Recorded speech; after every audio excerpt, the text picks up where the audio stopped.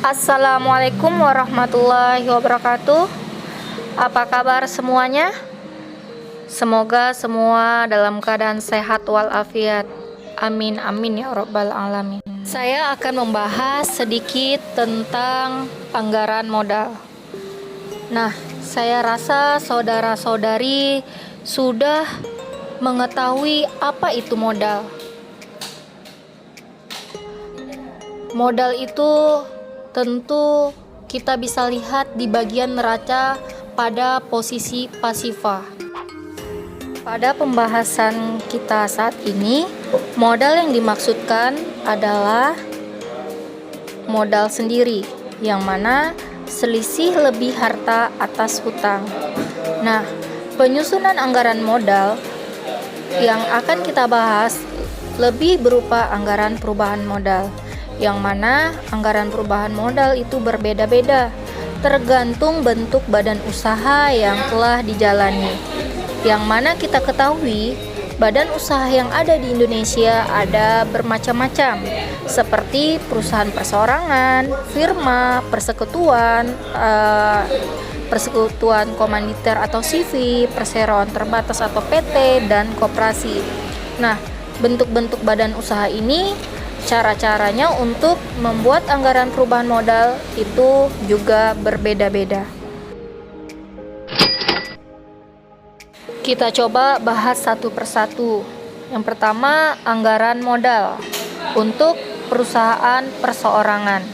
Nah, perusahaan perseorangan ini badan usaha yang modalnya dimiliki oleh satu orang, dan pemilik dapat menarik modalnya kapanpun yang dia inginkan untuk kepentingan pribadi atau yang bisa kita sebut dengan pref. Si pemilik perusahaan ini bertanggung jawab penuh terhadap hutang perusahaan. Artinya, jika untuk melunasi hutang perusahaan dapat dilakukan itu dari kekayaan perusahaan ataupun kekayaan pribadi. Kita masuk saja ke contoh pada pabrik tempe atau pabrik Grand Siper.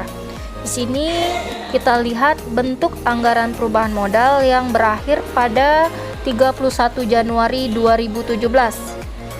Kita contohkan pada awal Januari 2017, modal si Selamat ini sebesar Rp100.000. Namun pada periode berjalan atau pada bulan Januari, si Selamat ini menyetor uang tunai untuk penambahan modalnya sebesar Rp50.000. Lalu, laba bersih yang didapatkan pada bulan Januari itu sebesar Rp15.000. Jadi, seluruhnya ini dijumlahkan.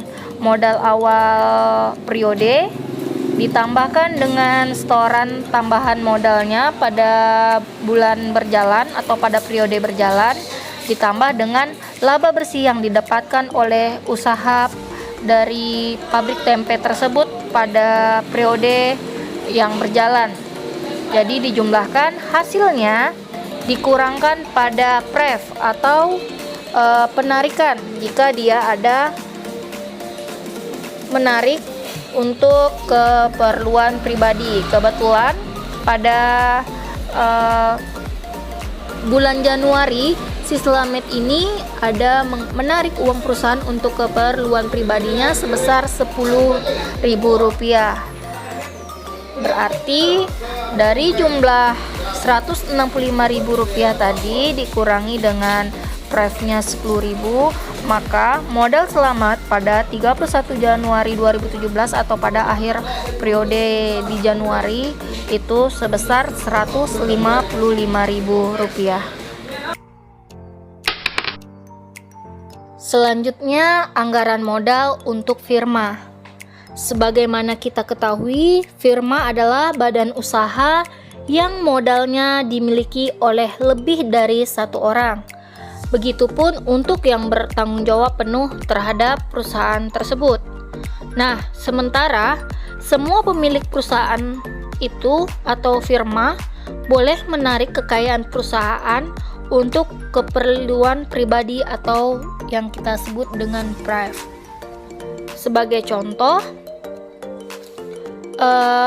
ada sebuah firma batik bata keluarga mempunyai data selama tahun 2017 dengan modal awal bulan Januari. Yang pertama Sigren sebesar Rp100.000 dan yang kedua pemiliknya bernama Jeta sebesar Rp90.000. Itu modal awal mereka di bulan Januari. Sementara di bulan Maret, kedua pemilik ini berencana untuk menambah modal masing-masing sebesar Sigren sebesar Rp30.000, sementara si Jeta sebesar Rp20.000. Nah, di bulan Juni, Sigren ini bermaksud menarik uang perusahaan untuk keperluan pribadinya sebesar Rp20.000. Begitupun dengan Jeta, dia juga menarik uang perusahaan untuk keperluan pribadinya sebesar Rp10.000. Lalu, laba bersih yang akan dianggarkan pada tahun ini, pada tahun 2017, sebesar Rp40.000.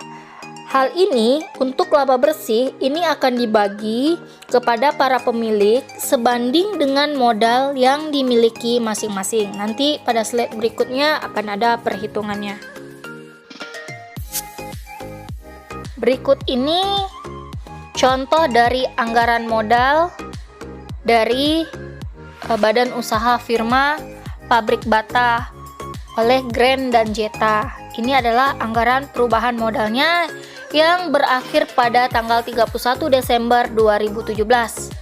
Nah, ini kita hitung dulu untuk si Gren. Tadi sudah ada contoh soalnya pada slide sebelumnya, yang mana modal si Gren ini awalnya adalah Rp100.000 pada awal Januari 2017. Selanjutnya di bulan Maret, si Gren menyetor sebesar Rp30.000 untuk tambahan modalnya. Lalu kita jumlahkan menjadi Rp130.000 untuk modal si Gren tadi. Lalu di bulan Juni,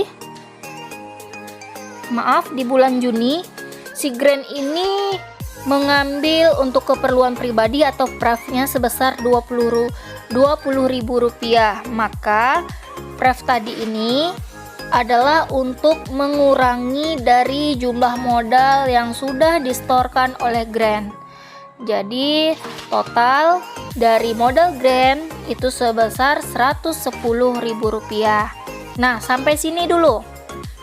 Selanjutnya nanti kita hitung modalnya si Jeta, seperti menghitung modal si Gren tadi. Sama ya, modal si Jeta awalnya Rp90.000, lalu di bulan Maret dia menambahkan modalnya sebesar Rp20.000. Jadi total modal si Jeta sebesar Rp110.000. Namun di bulan Juni dia mengambil untuk keperluan pribadinya, maka pref ini akan mengurangi jumlah modal yang sudah disetorkan oleh Jeta sebesar Rp10.000, maka Rp110.000 dikurangi dengan Rp10.000, maka jumlah total modal Jeta pada bulan Januari 2017 itu Rp100.000. Sampai di sini kita hitung dulu untuk pembagian laba si Gren dan si Jeta. Kita kembali lagi ke atas. Nah, ini yang panahnya dihitung belakangan. Di sini bagian laba Gren ini Rp110.000. Ini dapatnya dari total modal Gren yang terakhir dari di tahun 2017 dibagi dengan seluruh total modal Gren dan si Jeta. Jadi 110 tambah 100 si punya Jeta jadi Rp210.000 untuk total keseluruhan modal untuk pabrik bata Gren dan Jeta tadi.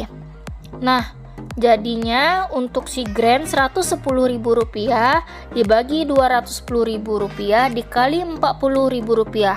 Dari mana angka Rp40.000? Ini adalah dari anggaran laba bersih untuk tahun 2017. Nah, setelah dihitung, bagiannya si grand itu sebesar Rp20.952. Ini bagian laba si grand ini akan ditambahkan dengan jumlah modal si grand pada tahun 2017, yaitu Rp110.000. Setelah dijumlahkan barulah dapat angka Rp130.952. Ini adalah modal grand untuk akhir Desember 2017. Begitupun penghitungan untuk si Jeta. Jadi nanti untuk modal grand akhir Desember 2017 akan dijumlahkan dengan modal Jeta pada akhir Desember 2017. Setelah dijumlahkan, maka untuk akhir periode tanggal 31 Desember 2017, modal firma pabrik bata grand dan Jeta ini berjumlah Rp250.000.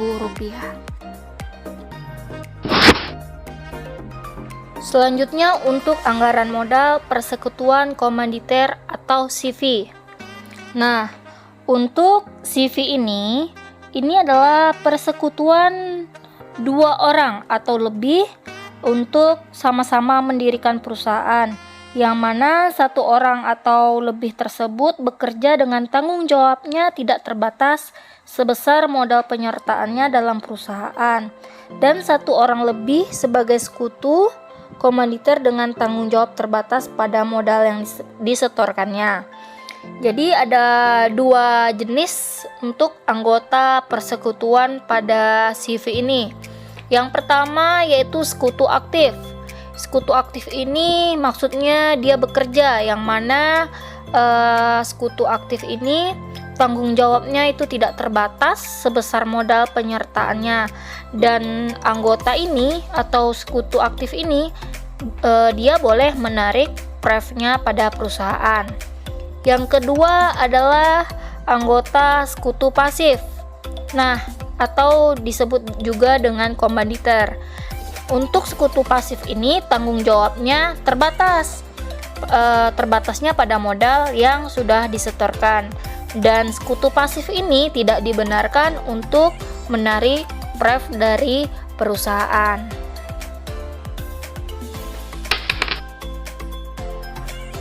Ini adalah bentuk anggaran perubahan modal pada sebuah CV Albion Citadel, di mana di sini terlihat untuk modal sekutu aktif dan modal sekutu pasif. Di sini perhitungannya sama dengan yang tadi, yang seperti kita hitung tadi. Bedanya di sini terlihat seperti penjelasan pada slide sebelumnya. Untuk sekutu aktif itu untuk modalnya ada pengurangan untuk pref, sementara untuk sekutu pasif tidak ada pengurangan untuk prefnya. Untuk pembagian labanya sama seperti yang tadi, dan pada akhir periode itu tetap dijumlahkan untuk jumlah modal dari sekutu aktif dan sekutu pasifnya. Jadi hampir sama, yang membedakannya hanya saja yang sekutu pasif itu tidak boleh menarik pref.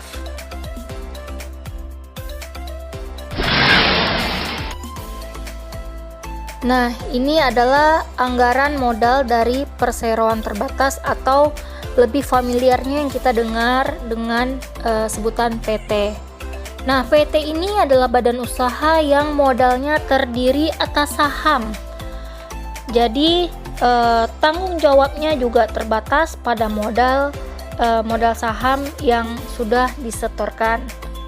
Nah, karena tanggung jawabnya ini tadi terbatas, maka si pemilik modal atau saham itu tidak ada pref.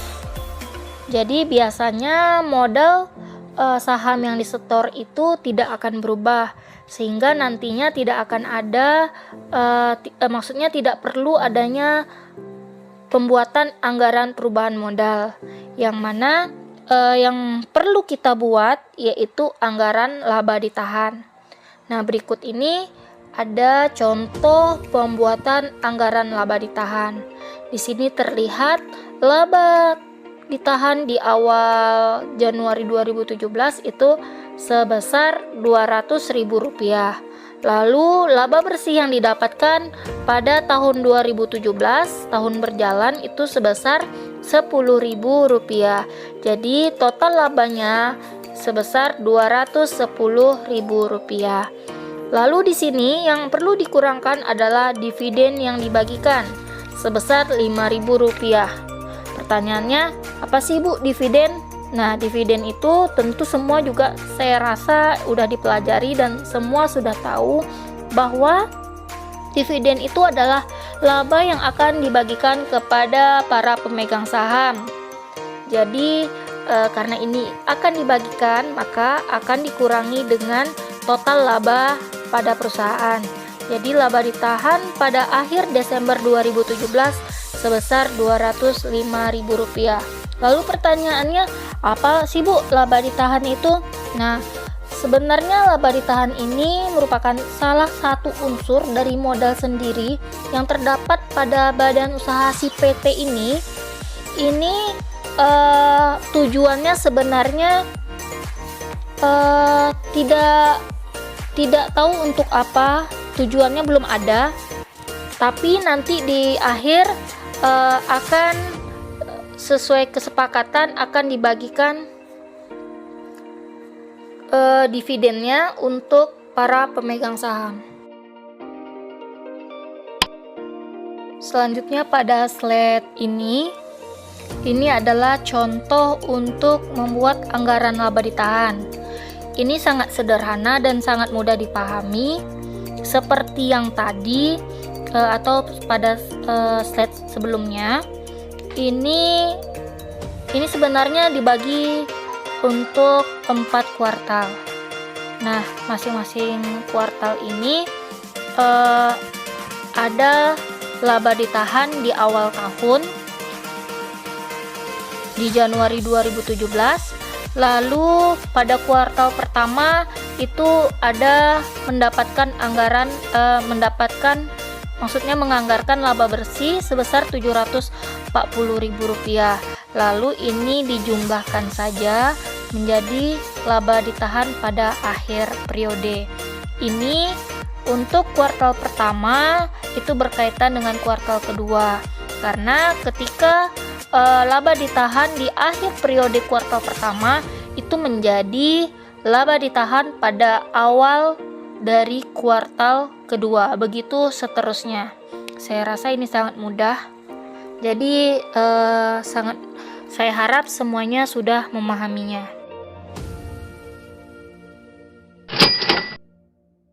Nah, yang terakhir adalah anggaran modal untuk koperasi, yang mana koperasi itu adalah badan usaha berbentuk hukum dengan struktur modal terdiri atas simpanan pokok, simpanan wajib, modal cadangan, modal sumbangan laba ditahan,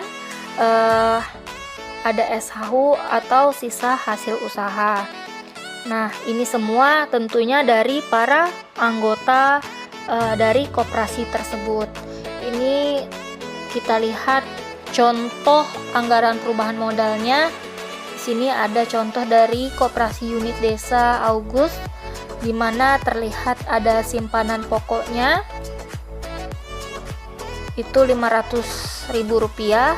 Lalu terdiri lagi adanya simpanan wajib dan setoran pada periode yang berjalan. Itu dijumlahkan lalu menjadi simpanan wajib pada akhir periode. Terus ada modal cadangan seperti yang dijelaskan sebelumnya, ada modal sumbangan. Ini semuanya dijumlahkan dengan sisa hasil usaha pada akhir periode. Lalu setelah dijumlahkan, dapatlah modal sendiri dari koperasi tersebut. Ini sangat mudah, saya rasa semua bisa memahami dengan cepat. Demikianlah pembahasan untuk anggaran modal. Terima kasih, mohon maaf jika banyak kekurangan dan kesalahan pada pengucapan saya. Semoga semua bisa memahami dengan sangat mudah.